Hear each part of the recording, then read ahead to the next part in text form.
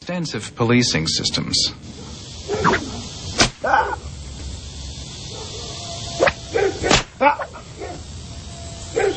A slave, especially under these circumstances, wants to survive, wants to be free. And it also doesn't take much imagination to understand the anger of being enslaved, of being held against your will, seeing your loved one subjected to treatment that no human beings ought to experience.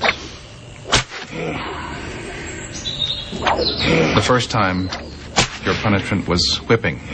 If you ran away a second time, there would be an R branded on your right cheek. The third time, one of your ears would be severed, and another R would be burned onto your left cheek for runaway. And if you ran away a fourth time, if you were a man, the punishment was castration.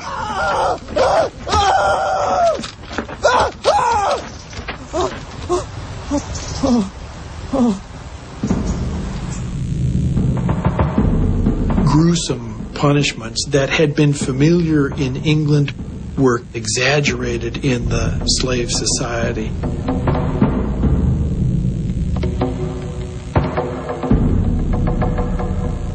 The planter had to calculate that I can punish this person even if they die. I can import new people from West Africa, and I'm making so much money in this process that I can afford to do it.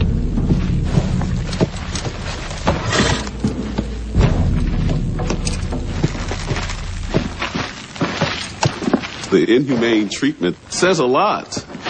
That indeed they're resisting their enslavement, that like any other human being whose rights and opportunities are being taken away, that they're going to resist and fight back. Burning down barns was something that occurred regularly and increased during harvest time when the workload was heaviest. Poisoning could not be caught readily, and it was often something that was feared by whites even when it didn't exist. One symptom of their fear was that there was a law that white men had to carry guns when they went to church. Sunday was the only day off for enslaved people.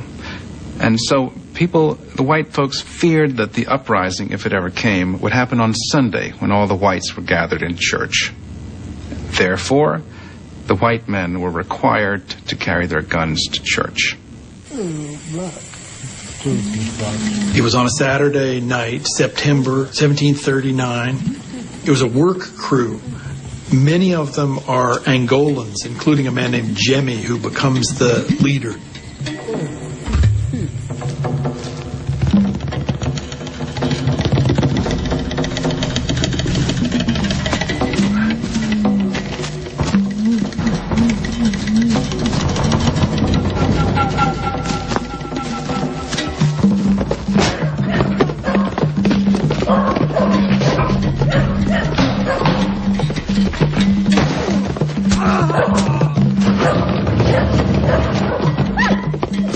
The fated Sunday finally came on the Stono River, southwest of Charleston.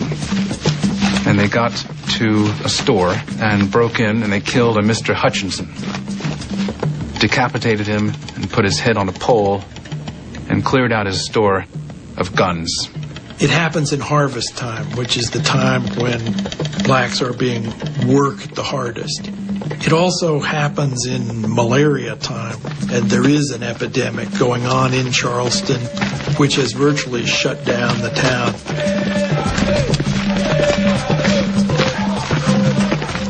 They must have realized that they couldn't possibly take over the area and drive out the Europeans. But they did recognize the possibility that if they took common action as soldiers, they might be able to escape.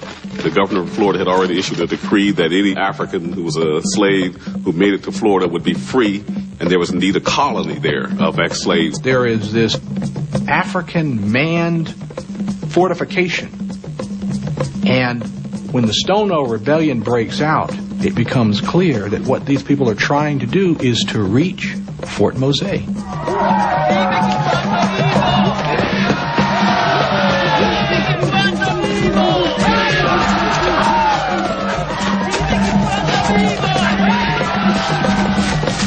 people begin to join them. They burn successive plantations, kill some of the white people living there, draw some of the blacks with them. Others are afraid to join in and refuse to go.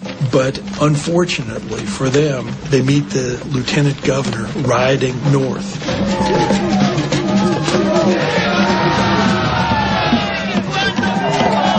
They gave chase to him, but he was able to sound the alarm, and then, of course, a posse is formed, and they set out after this group of Africans. It's an amazing moment. If they had been able to take him hostage, who knows what the dynamics would have been. These people are pursued south for a day or two. If they had been able to go another 24 or 48 hours so that more people could have joined them, their strength would have been greater, and who knows what the prospects would have been. When the whites came on them, they surrounded these men and they fired on them. A lot of them were scattered. Many of them were killed.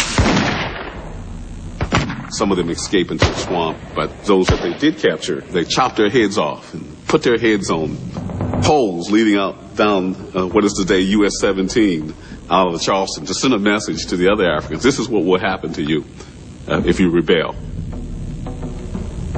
After the Stono Rebellion, all of the separate laws governing slavery were consolidated into a single code.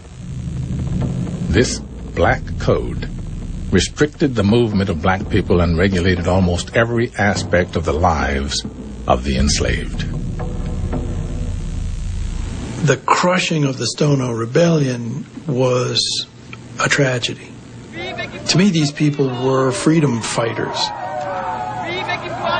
Someone like Jimmy, newly arrived from Angola, is able to show others around him that this is not the only way to live. This can change. It may not change this time, but it will change in the future.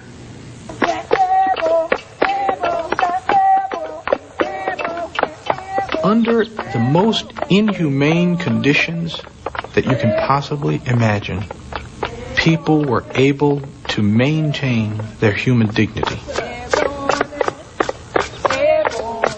It gives you some insight into the resilience of the human spirit, that it is possible for human beings to make the decision, I will not be defeated.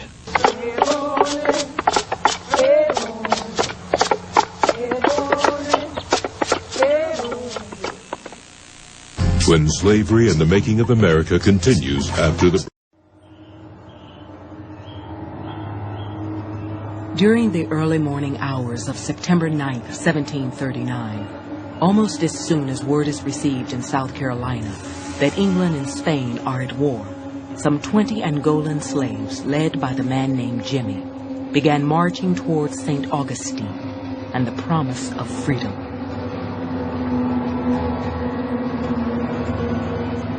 Just 30 miles from the Middleton's Oaks plantation at the Stono Bridge, they seized a general store where there were arms and powder.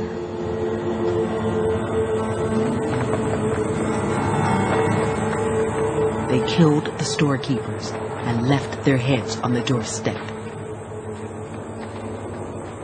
What better moment to start an uprising and try to strike out for St. Augustine and find freedom in Florida in the hope that the Spanish authorities are willing to grant freedom to English-speaking slaves who escaped from the Carolinas into Florida. On the march south, the Africans did not kill every white they encountered.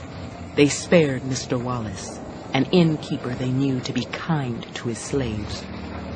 But before the day ended, they had killed more than 20 people. As other slaves joined them, they became an army of almost 100, camped at the Edisto River, waiting for others to gather under their flag. The entire force of English North America was going to come down on them, because this was an issue not merely for those in South Carolina immediately surrounding this area. This was an issue for every European colonist everywhere in the colonies, to quash this and to provide some exemplary punishment. Around noon, the nearest white settlers were alerted.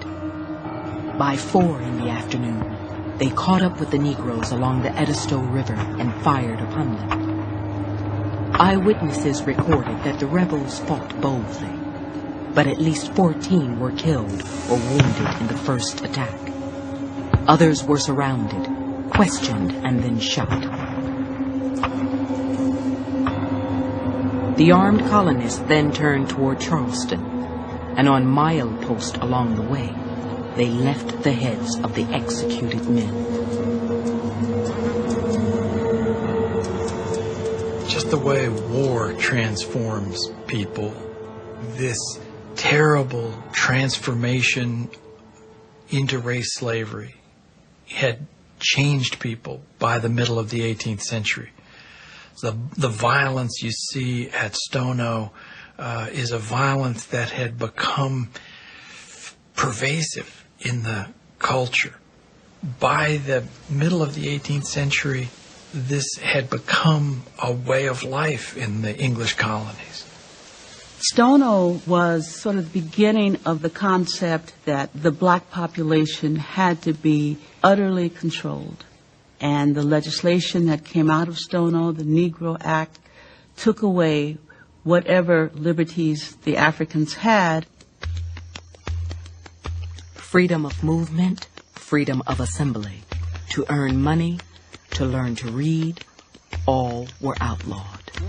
South Carolina imposed duties on all slave importations and encouraged European immigration in order to change the ratio of whites to blacks. The Negro Act became the model for slave laws throughout the mainland of British America.